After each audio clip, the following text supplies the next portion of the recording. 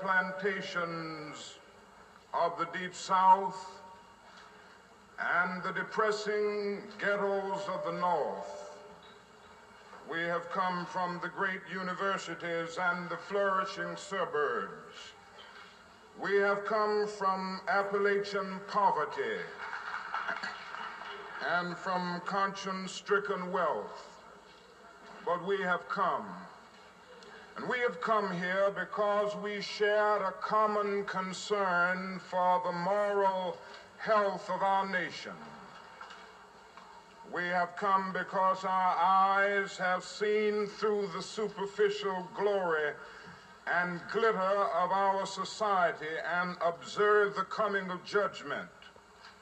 Like the prophet of old, we have read the handwriting on the wall.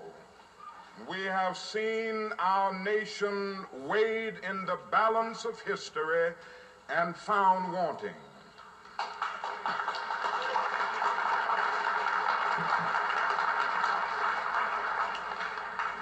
We have come because we see this as a dark hour in the affairs of men.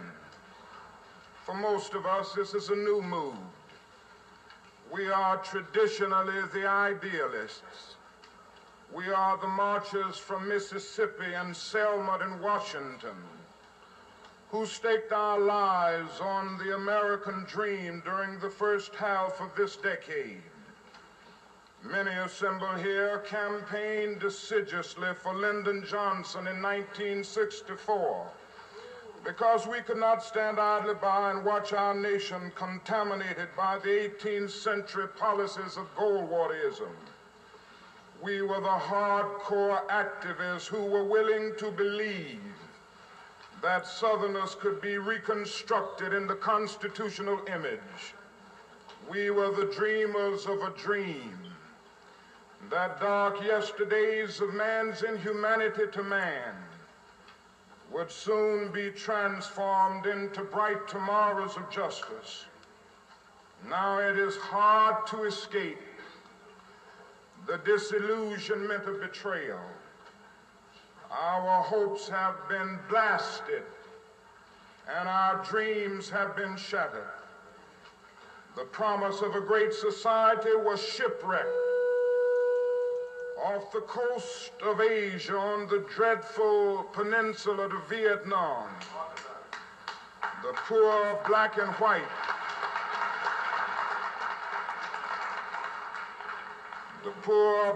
white, are still perishing on a lonely island of poverty in the midst of a vast ocean of material prosperity.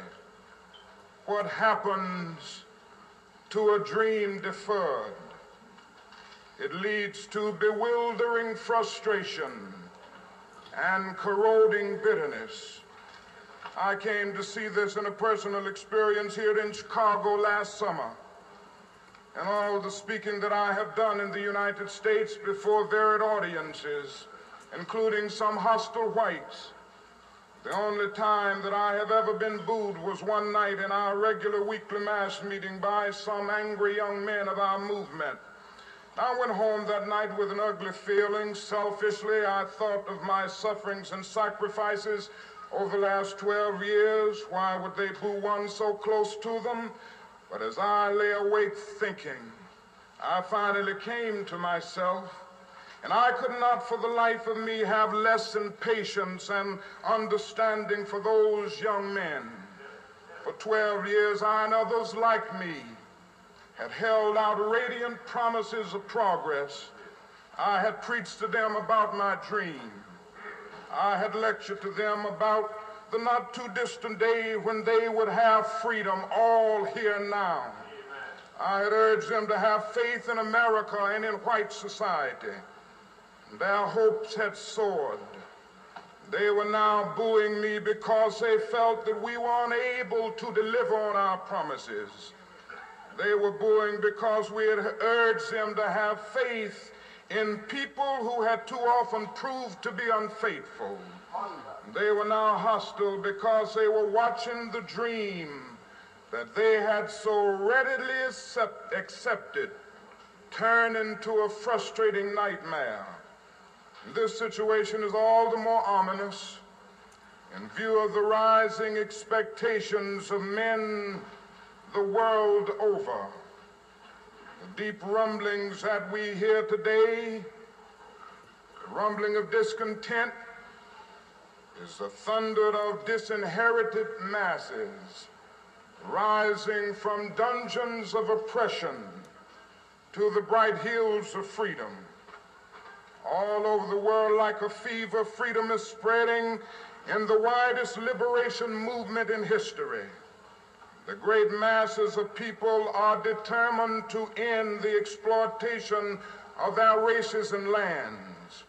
And in one majestic chorus, they are singing in the words of our freedom song, "Ain't gonna let nobody turn us around."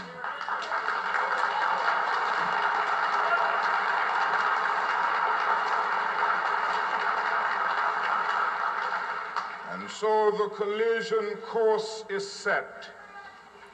The people cry for freedom, and the Congress attempts to legislate repression. Millions, yes, billions, are appropriated for mass murder, but the most meager pittance of foreign aid for international development is crushed in the surge of reaction. Unemployment rages at a major depression level in the black ghettos, but the bipartisan response is an anti-riot bill rather than a serious poverty program.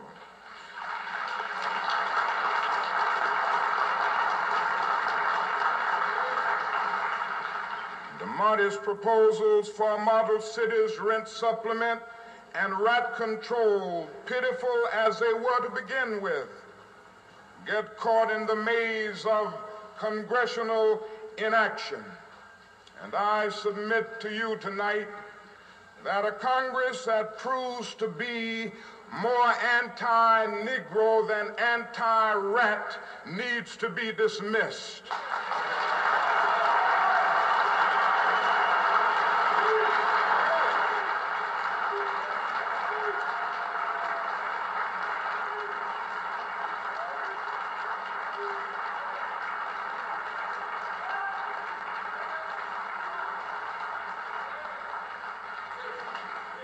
It seems that our legislative assemblies have adopted Nero as their patron saint and are bent on fiddling while our cities burn.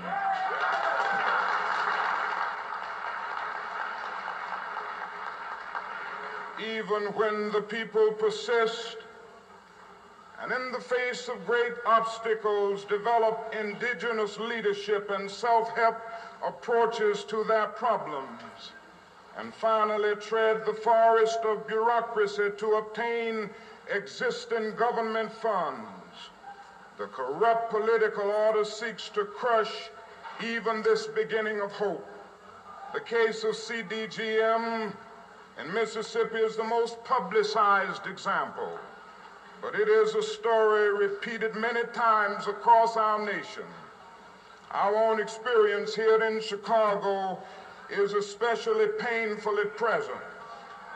After an enthusiastic approval by HEW's Department of Adult Education, SCLC began an adult literacy project to aid 1,000 young men and women who have been pushed out of overcrowded ghetto schools in obtaining basically literacy skills prerequisite to receiving jobs. We had an agreement with A&P stores for 750 jobs through SCLC's job program, Operation Breadbasket, and had recruited over 500 pupils the first week. At that point, Congressman Kuczynski and the Daily Machine intervened and demanded that Washington cut off our funds or channel them through the machine-controlled poverty program in Chicago. Now we have no problem with administrative supervision, but we do have a desire to be independent of machine control and the Democratic Party patronage network.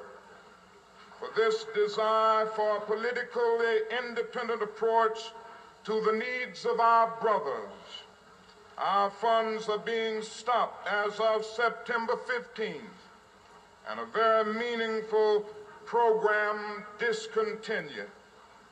Yes, the hour is dark.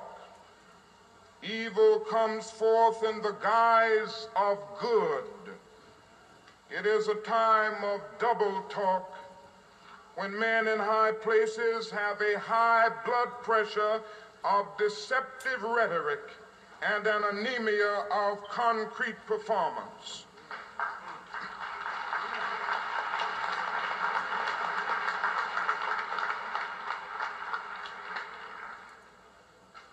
We crowd against welfare handouts to the poor, but generously approve an oil depletion allowance to make the rich richer.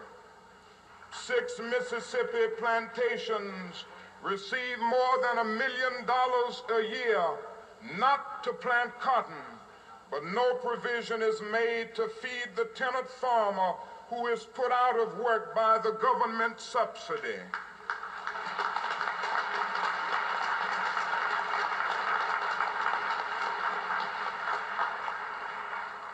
Crowning achievement in hypocrisy must go to those staunch Republicans and Democrats of the Midwest and West who were given land by our government when they came here as immigrants from Europe.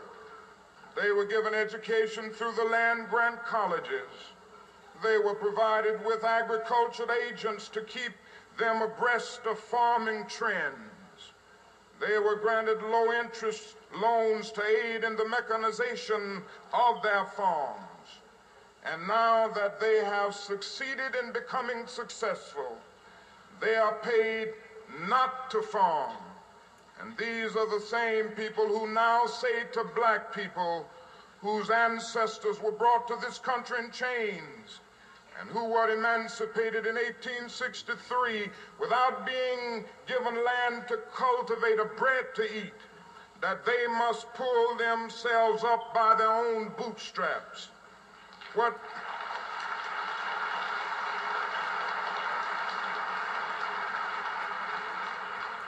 What they truly advocate is socialism for the rich and capitalism for the poor.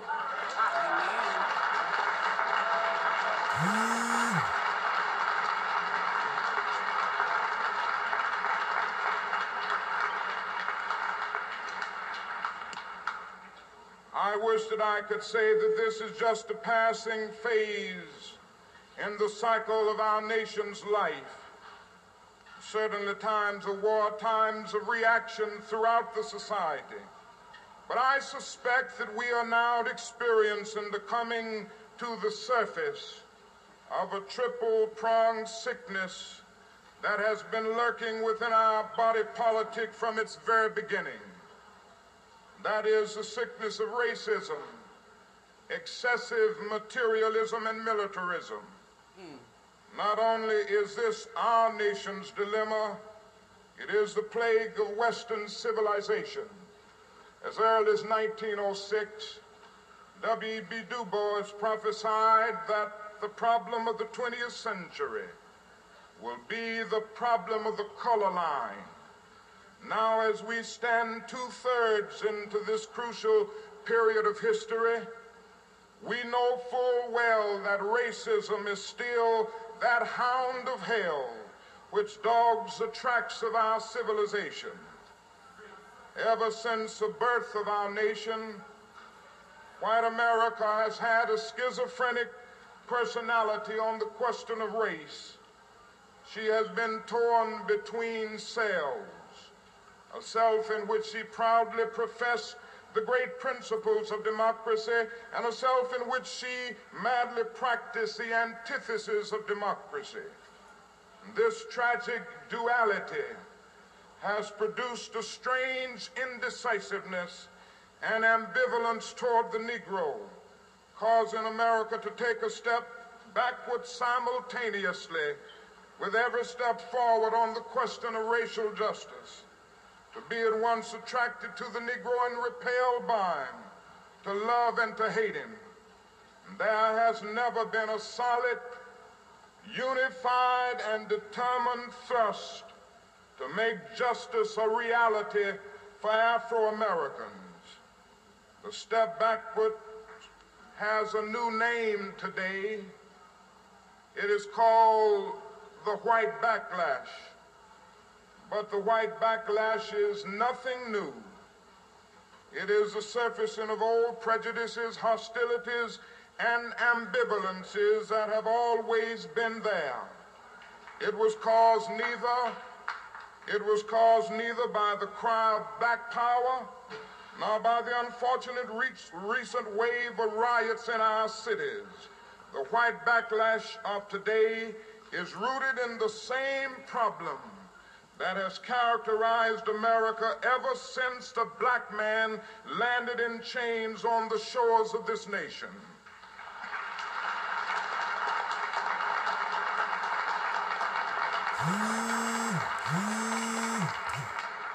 This does not imply that all white Americans are racist.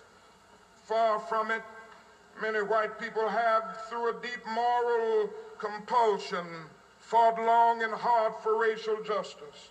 Nor does it mean that America has made no progress in her attempt to cure the body politic of the disease of racism, or that the dogma of racism has not been considerably modified in recent years. However, for the good of America, it is necessary to refute the idea that the dominant ideology in our country, even today, is freedom and equality, while racism is just an occasional departure from the norm on the part of a few bigoted extremists. Racism can well be that corrosive evil that will bring down the curtain on Western civilization. Arnold Toynbee has said that some 26 civilizations have risen upon the face of the earth. Almost all of them have descended into the junk heaps of destruction. The decline and fall of these civilizations, according to Toynbee, was not caused by external invasions, but by internal decay. They failed to respond creatively to the challenges impinging upon them. If America does not respond creatively to the challenge to banish racism, some future historian will have to say that a great civilization died because it lacked the soul and commitment to make justice a reality for all men.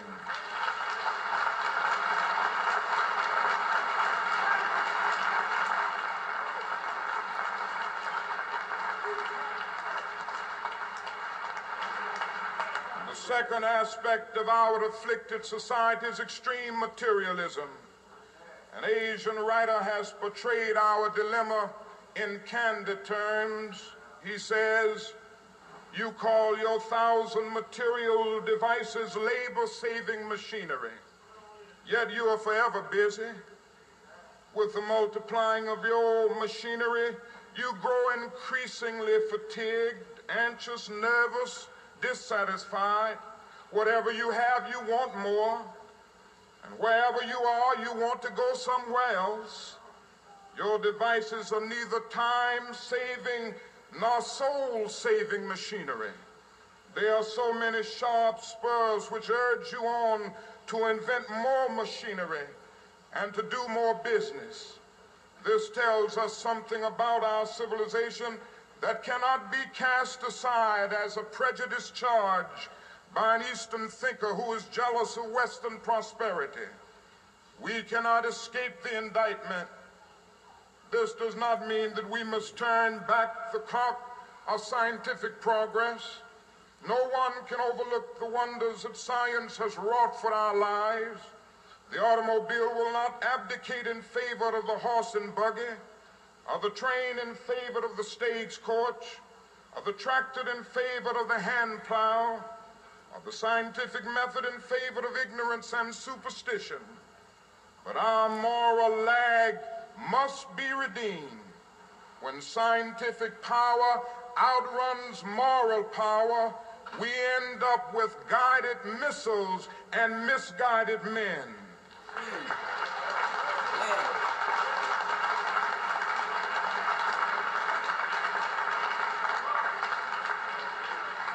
When we foolishly maximize the minimum and minimize the maximum, we sign the warrant for our own day of doom.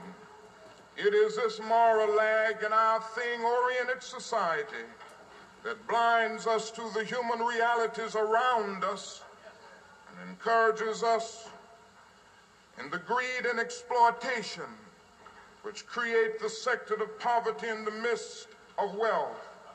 Again, we have deluded ourselves into believing the myth that capitalism grew and prospered out of the Protestant ethic of hard work and sacrifice. The fact is that capitalism was built on the exploitation and suffering of black slaves.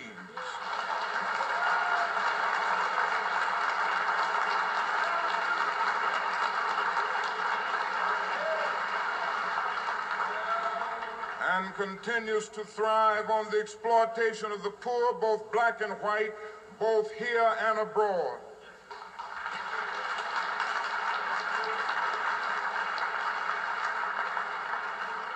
If Negroes and poor whites do not participate in the free flow of wealth within our economy, they will forever be poor, giving their energy, their talents, and their limited funds to the consumer market, but reaping few benefits and services in return. The way to end poverty is to end the exploitation of the poor, ensure them a fair share of the government's services and the nation's resources. I proposed recently that a national agency be established to provide employment for everyone needing it. Nothing is more socially inexcusable than unemployment in this age. In the 30s, when the nation was bankrupt, it instituted such an agency, the WPA. In the present conditions of a nation glutted with resources, it is barbarous to condemn people desiring work to soul-sapping inactivity and poverty.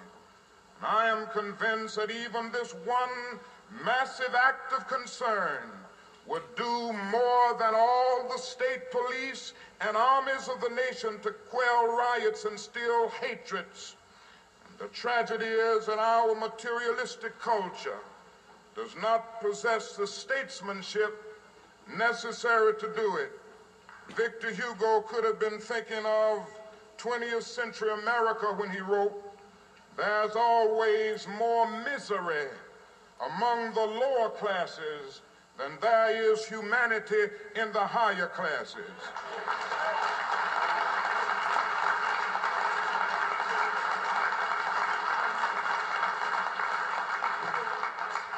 The time has come for America to face the inevitable choice between materialism and humanism. We must devote at least as much to our children's education and the health of the poor as we do to the care of our automobiles and the building of beautiful, impressive hotels.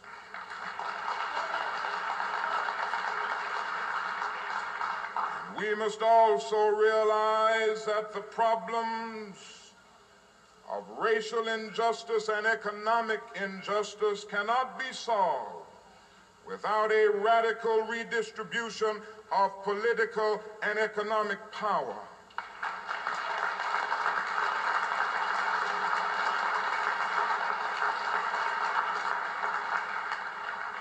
We must further recognize that the ghetto is a domestic colony. Black people must develop programs that will aid in the transfer of power and wealth into the hands of residents of the ghetto so that they may in reality control their own destinies.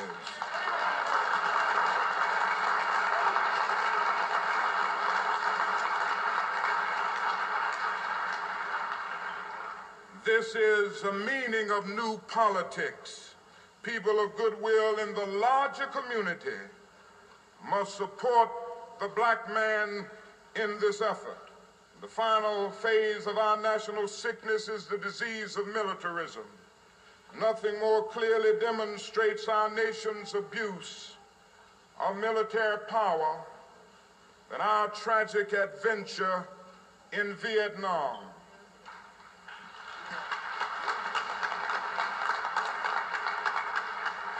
This war has played havoc with the destiny of the entire world.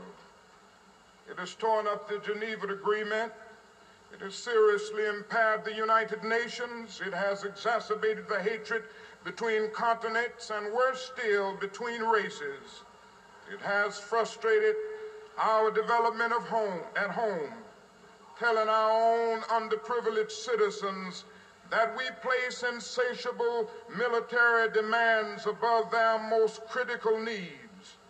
It has greatly contributed to the forces of reaction in America and strengthened the military-industrial complex. And it has practically destroyed Vietnam and left thousands of American and Vietnamese youth maimed and mutilated, and expose the whole world to the risk of nuclear warfare. Above all, the war in Vietnam has revealed what Senator Fulbright calls our nation's arrogance of power. We are arrogant in professing to be concerned about the freedom of foreign nations while not setting our own house in order. Many of our senators and congressmen vote joyously to appropriate billions of dollars for the war in Vietnam. And many of these same senators and congressmen vote loudly against a fair housing bill to make it possible for a Negro veteran of Vietnam to purchase a decent home.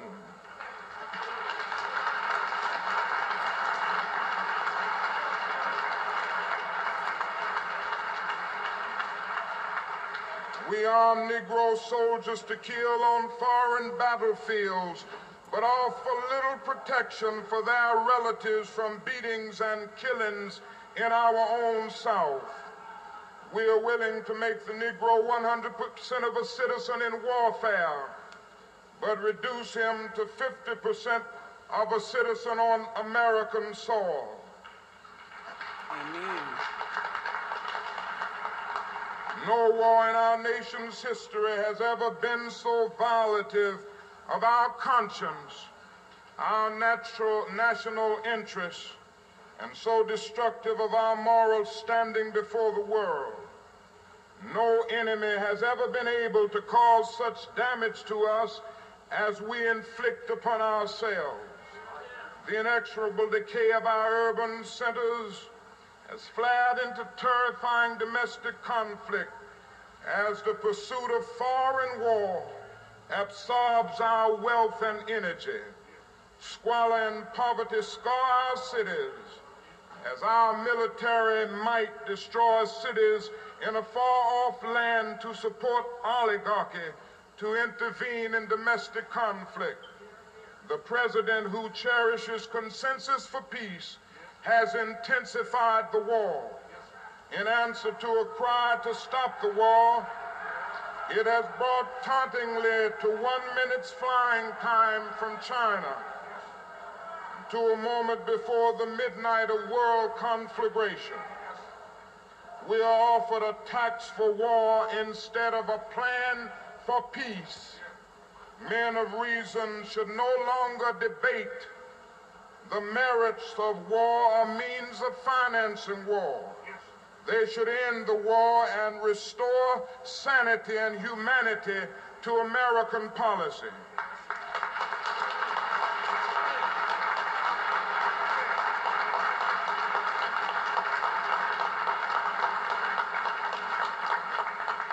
And if the will of the people continues to be unheeded, all men of goodwill must create a situation in which the 1967-68 elections are made a referendum on the wall.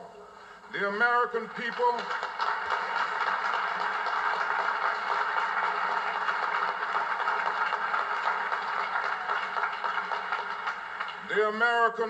must have an opportunity to vote into oblivion those who cannot detach themselves from militarism, and those who lead us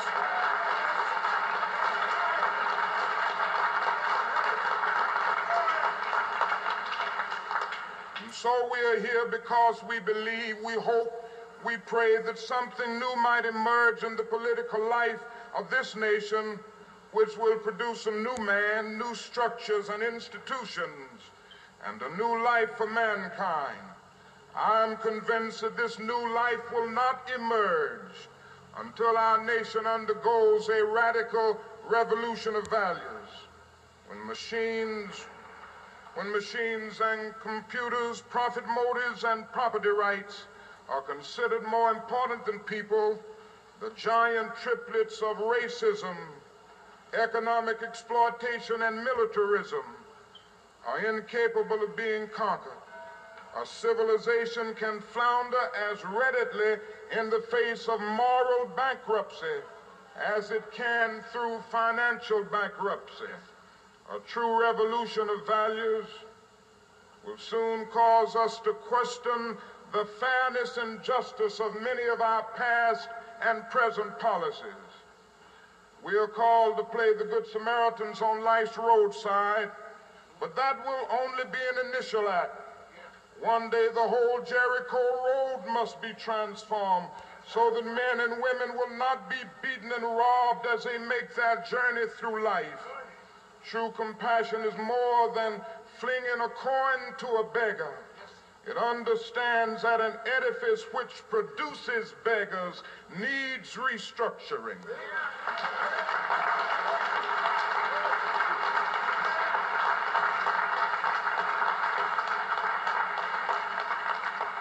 A true revolution of values will soon look uneasily on the glaring contrast of poverty and wealth.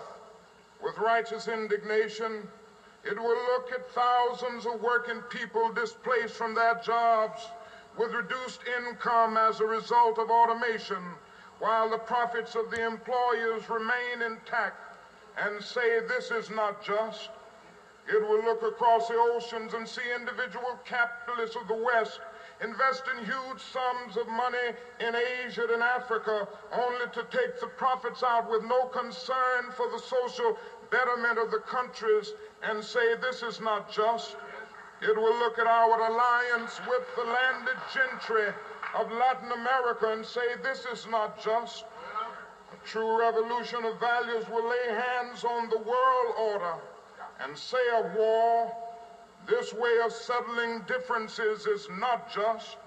This business of burning human beings with napalm, of filling our nation's homes with orphans and widows, of injecting poisonous drugs of hate into the veins of peoples normally humane, of sending men home from dark and bloody battlefields physically handicapped and psychologically deranged, cannot be reconciled with wisdom, justice, and love.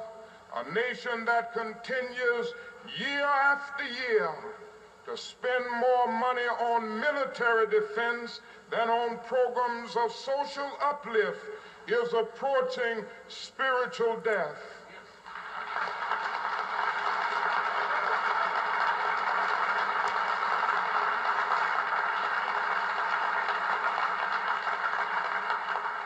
So what we must all see is that these are revolutionary times. All over the globe, men are revolting against old systems of exploitation, and out of the wombs of a frail world, new systems of justice and equality are being born. The shirtless and barefoot people of the earth are rising up as never before. The people who sat in darkness have seen a great light. We in the West must support these revolutions. It is a sad fact that because of comfort, complacency, a morbid fear of communism, and our proneness to adjust to injustice, the Western nations that initiated so much of the revolutionary spirit of the modern world have now become the arch anti-revolutionaries. This has driven many to feel that only Marxism has the revolutionary spirit. Communism is a judgment.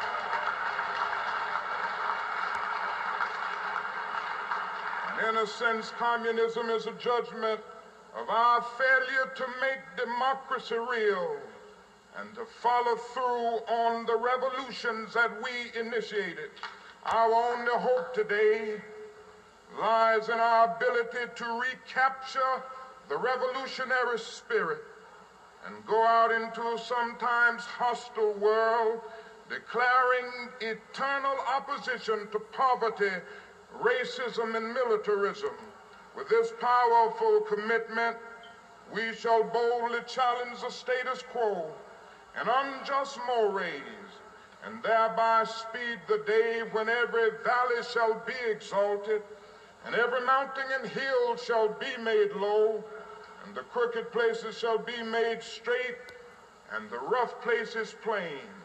May I say in conclusion that there is a need now more than ever before for men and women in our nation to be creatively maladjusted. As Mr. Davis said,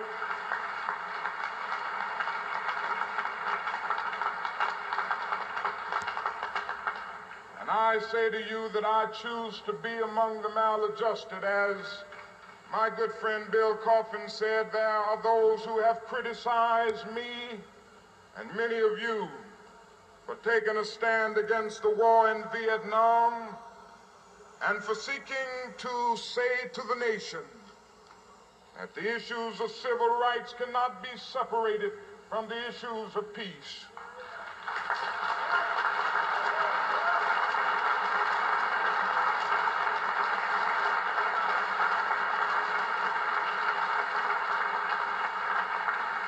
I want to say to you tonight that I intend to keep these issues mixed because they are mixed.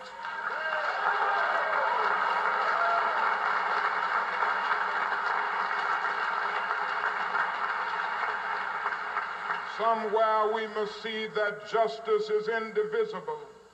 Injustice anywhere is a threat to justice everywhere. And I have fought now too long and too hard against segregated public accommodations to end up at this point in my life segregating my moral concern.